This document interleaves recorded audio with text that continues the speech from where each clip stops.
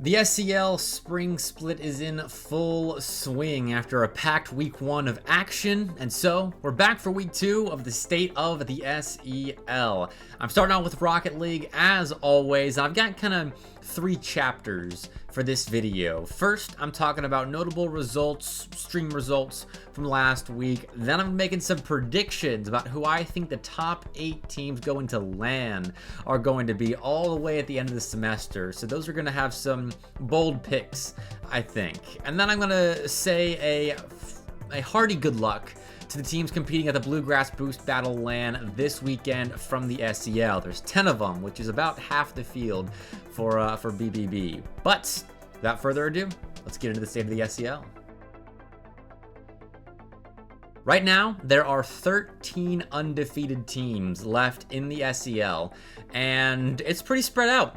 I think most of the undefeateds make sense, but there are a couple surprises in there that I'm going to break down, starting with Arkansas. They're 2-0 over in a Group 4 that I didn't have them making it through to the upper side of the last chance qualifier. When it was all said and done, I had them slated as the 5th seed in that group. But a win against UAH White in Game 5 is massive for their prospect of getting into the top 4 of the group at the end of group play, because right now, the way I see it, I think it's pretty well locked up that it's going to be UGA, FAU, and Bruton Parker as the top 3 in that group. But Arkansas, Northern Kentucky, Clemson Purple, UAH White, I think those are the next 4 teams kind of fighting for that 4th place spot. So that's a big win for Arkansas, and the fact that they're starting off 2-0 could mean it's another Oklahoma situation where they started off really hot in the fall split and then cooled off a touch at the end of group play.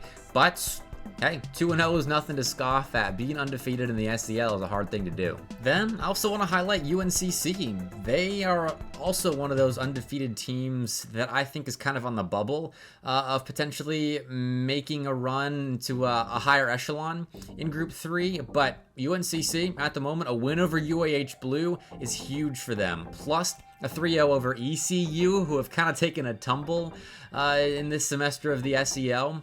But UNCC, another one of those teams that I kind of had around the 4th, 5th place mark in my power rankings in Group 3.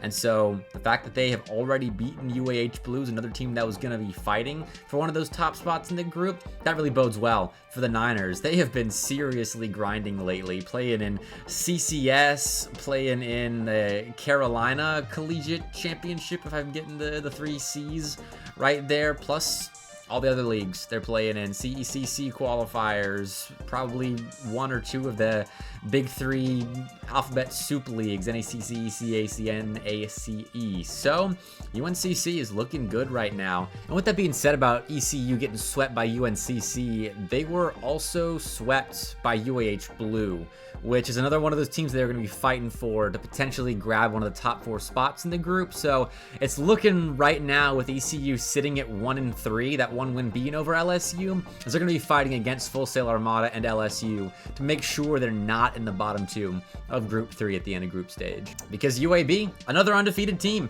they are starting out 2-0 in the SEL after making a deep run into the playoffs, and their competition was Full Sail and LSU, so the probable bottom 2 teams in Group 3 right now.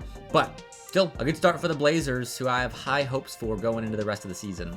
Moving out of Group 3, who kind of started off the notable results segment, I want to really quickly talk about Alabama, who is a team that narrowly missed out on playoffs in the fall split, and I always harp on for their inconsistencies when it comes to results for this roster. They've also started off 2-0. I'm doing another one of these recording after the facts thing where I talk about a result that happened on the Tuesday after I recorded all this. So Alabama played last night, and they had a doubleheader against South Carolina and Florida State, the 2 top teams in their group, and they got swept by Florida State. It was close, but they swept South Carolina, like the A-team, South Carolina. Alabama looks really, really good right now. After their performance on Monday Night Lights this past Monday, at 2 4-0s there, I'm willing to forgive that Game 5 win over Florida State Gold because Alabama has found their A game. And it's perfect timing, too, considering they're going into BBB this weekend. So keep an eye on this Crimson Tide team. They could make a run for top 2 in Group 2.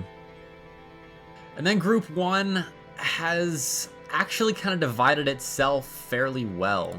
It's a 4-team stack sitting at 2-0 and then a 4-team stack at 0-2 right now, but the results are pretty interesting. South Carolina Garnet has put itself in the top half of Group 1, which, good for them. I knew they were a good team. I didn't know how good they were going to look after making that roster move coming into the spring split, but they 3-1 Clemson and they beat Auburn in Game 5 to start off the spring semester undefeated. So good for Garnet. And then Florida, another one of those 2-0 teams that you maybe wouldn't expect to be in the top half of that group, unless you're me, which I'm a big believer in Florida, so I'm glad to see it. Although one of those wins was in Game 5 over Clemson, so a little hairy there for Florida, but they're in the top half alongside Kentucky, and obviously I think everyone's expecting King to be 2-0 there as well. But Kentucky, they 3-0'd Oklahoma on stream last week, which is a great win for the Wildcats. They're another team playing at BBB, so we'll see how they do this weekend. And then their other win was a forfeit win that Auburn gave them, which I'm a little upset with my Auburn guys for not playing that series because that's going to be big for them when it comes to group stage seeding. They had to play Kentucky and maybe eke out a win there if they want a chance at top 2, top 4 when it comes to the end of group play. But they didn't know what time the series was, so they didn't show up, unfortunately. But Auburn will recover. I am still waiting to see how this roster really looks when it comes to the SEL, having made that change after Bro Turkey graduated. So jury's still out on them. They're an 0-2 team on the bottom side of Group 1 with Oklahoma, with Clemson, with North Georgia. So 2 of those 4 bottom Group 1 teams fresh off massive roster changes. So I don't know if I can fully grasp what Group 1's going to look like at the end of the group stage, but at the moment, Auburn is in a dangerous position, and I think Clemson and Oklahoma are going to figure things out as the group stage chugs along, so the Tigers got to be careful. All right, to cap off the notable results segment, I want to talk the big boys of the SEL. We had 3 series that I would have as either top 8 finishers in the fall or potential top 8 finishers in the spring semester playing each other. And first of all, I gotta talk about the streamed match. Florida State and Cumberland go to Game 5, and Florida State are able to eke it out again after last week playing Cumberland on Monday Night Lights and going to Game 7 there. So those 2 teams are about inseparable at the moment, but FSU, they stay undefeated in Group 2 with a big win, and now I think they're pretty close to having locked up at least a top 2 spot in Pool 2. But another Game 5 result, UTK goes to Game 5 against Georgia State, which that happened on DJ TJ's stream, and that was an electric series. Georgia State kept it so close with UTK and almost got him in Game 5, just this close to pulling off that upset. And I heard from Kung, UTK was playing like 80-degree temperatures in their gaming room, so maybe that had a little bit to do with it, but still, Joe Burrow was talking to me, and he was telling me that the Georgia State play style really shook UTK, and so he was complimenting the heck out of them, and I think that's really big for Georgia State going forward to have Joe Burrow's kind of admiration as to how they're playing the game right now. So that is an interesting team to watch going down the stretch. And then a rematch of a reverse sweep Game 5 series in the fall semester. FAU and UGA play one another on Monday Night Lights for an official SEL match. And FAU 3-0'd UGA. The reverse sweep did not happen this time around. I think all 3 games were 1-goal games are very close to being 1-goal games, but UGA's roster right now in a bit of turmoil. Apparently Carter is leaving the team, so TJ and Harry have to find a new third again.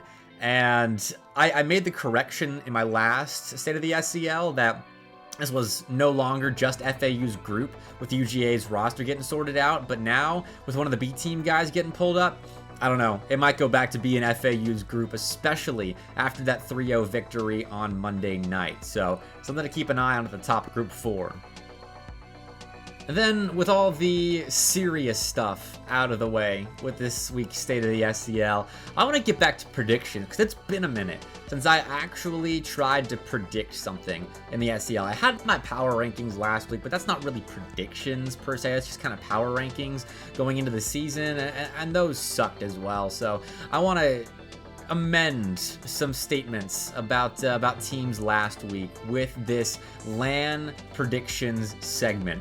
I want to go through and I'm going to pick the 8 teams that I think, in combination with their fall split performances, that I think are going to make it to LAN in May. And I'm going to start off with the easy ones. I think the top 4 are very easy. The top 4 finishers in the fall split should coast off of their points plus performances in the spring semester and make it. So Florida State, King, UTK, and FAU are my locks. Then in the 5th spot that I'm very confident picking with how Cumberland looks so far, I already said it, it's Cumberland. The Phoenix, I think they'll make it.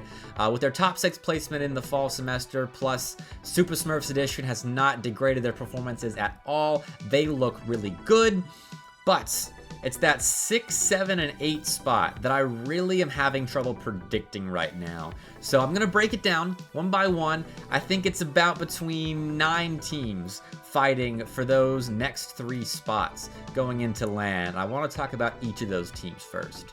First up, the 2 most obvious teams that I think are going to be contesting 2 of those 3 LAN spots, UGA and UAH Blue, the 7th and 8th finishing teams from the fall semester.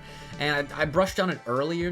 UGA's roster is in a bit of chaos right now, so I don't know if they're going to be able to follow up their fall semester run with one in the spring semester. So those 14 points they got right now, I don't know if they'll be enough to get them a spot on LAN. And UAH Blue, I think they've upgraded with Kozin in the starting lineup, but so have a lot of teams in the SEL this spring semester. So UGA and UAH Blue, the 2 teams that I think are the most obvious choices for 2 of those 3 spots, but some less obvious choices are 9th through 12th place finishers out of the fall split. South Carolina, they lost to King, so I don't know how much that 9th and 12th place finish is a referendum on their skill, especially considering they did not make a roster move and have been at the top of the SEL in the past. I think they're looking good right now. And then Kentucky in there, but the complete roster overhaul with Huds getting promoted from the bench to the starting 3, and then Firm getting called up from the B team. I don't know if 10 points is going to be enough for Kentucky. They're going to have to pull some crazy upsets if they're going to make it to LAN. And so far, so good with how their results are looking in Group 1 of the spring semester, but I don't know about them at the moment. It's a little shaky for the Wildcats for me. And then ECU and UAV, I don't have a whole lot of faith in to make it. ECU especially, with how they're looking following their roster change from fall to spring. But UAB, they're always a team that can make runs and surprise people. So they could go deep in the playoffs and make a big run at one of those last LAN spots. But we'll see. Then with 10 points, they got a decent start on the rest of the field. But then Florida and Georgia State, 2 teams that finished 13th through 16th in the fall semester that I think are going to have a deep run in this playoff bracket come the end of the spring semester. Just how they look right now. Georgia State and Florida both kind of bombed out. GSU, I don't know what the heck happened to them when playoffs happened, just had a bad day. And then Florida got an awful draw, playing Cumberland and King, taking them both to Game 5 in playoffs, and losing both of those Game 5s when King and Cumberland both made top 6 in that playoff bracket. I think Florida and Georgia State, they're going to be all right as long as they're playing their A games when it comes to playoffs, which you never know with the SEL. And then one more team I'm going to throw in there, but a big asterisk next to this team, Bruton Parker.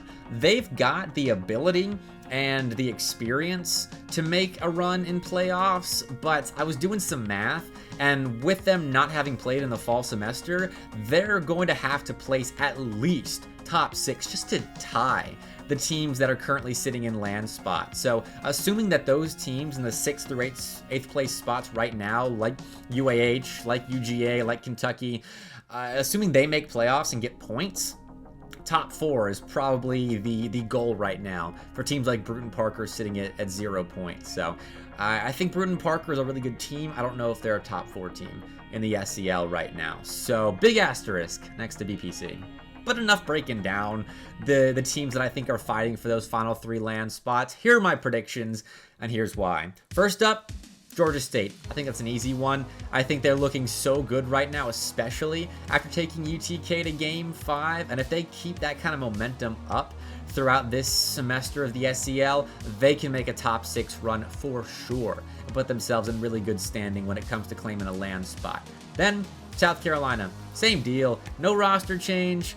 They've been playing together for a long time. They are former SEL champions. They got 10 points to their name. I think they will hop over UGA, UAH Blue, and Oklahoma, who are the 3 teams that currently are claiming the other 3 land spots. Oklahoma especially, with how they've looked so far, going through some roster turmoil.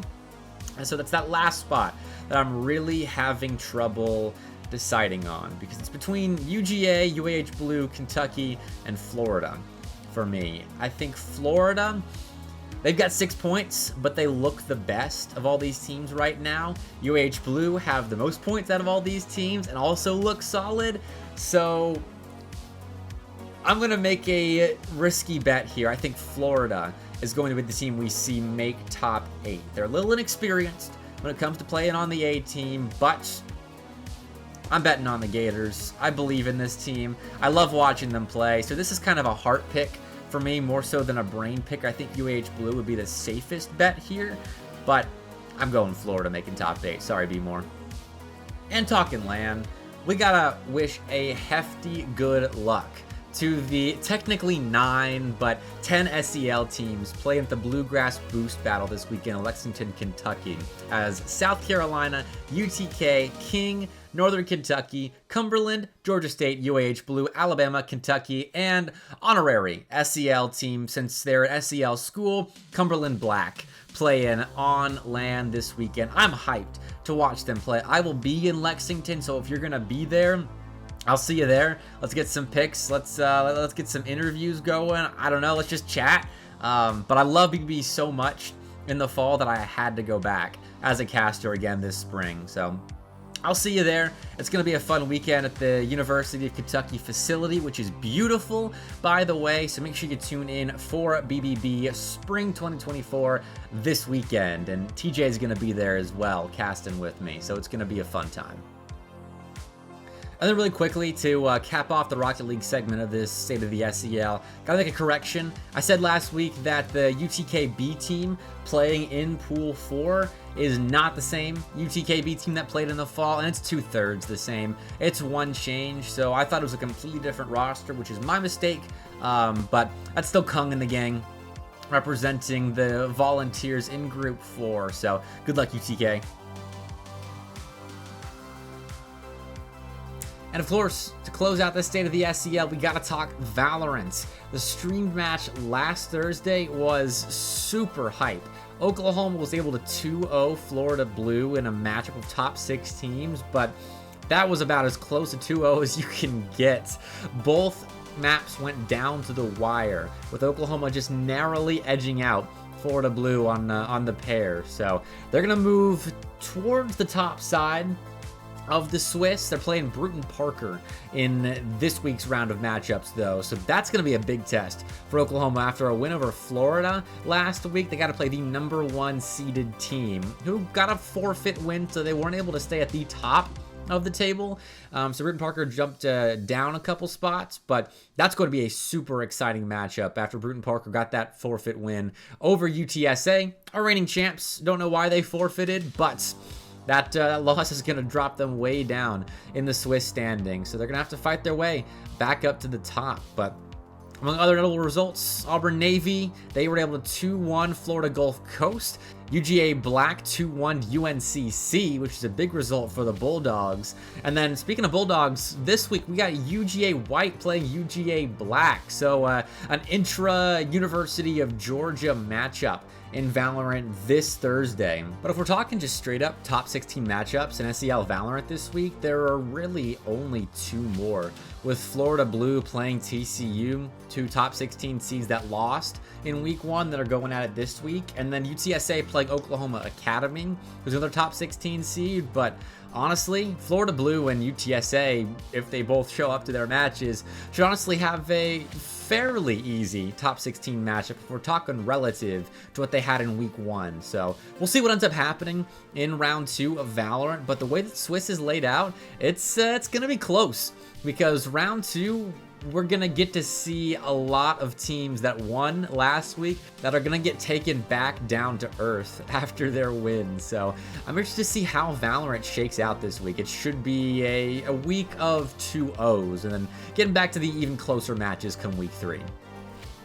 But that's it for the state of the SEL 2. We're really back into the swing of things with the Southeastern Esports League, and everyone's pushing for those top 8 LAN spots. So this spring semester is shaping up to be one of the best semesters, I think, of the SEL all time. The push for LAN, then LAN, plus all the external competition happening right now that have a lot of SEL teams being featured. So make sure you're staying up to date with all things SEL despite everything going on. Esports SEL on all platforms. And of course, you can follow me, Mr. Bepic, on YouTube, Bepic Casts on Twitter, Mr. Bepic back on Twitch. So I gotta say goodbye for now, but I will see you at BBB this weekend if you are there. I'll see you in the Twitch chat for today's SEL Rocket League matches and tomorrow for Valorant. Otherwise, I'll see you in the state of the SEL next week. Till then.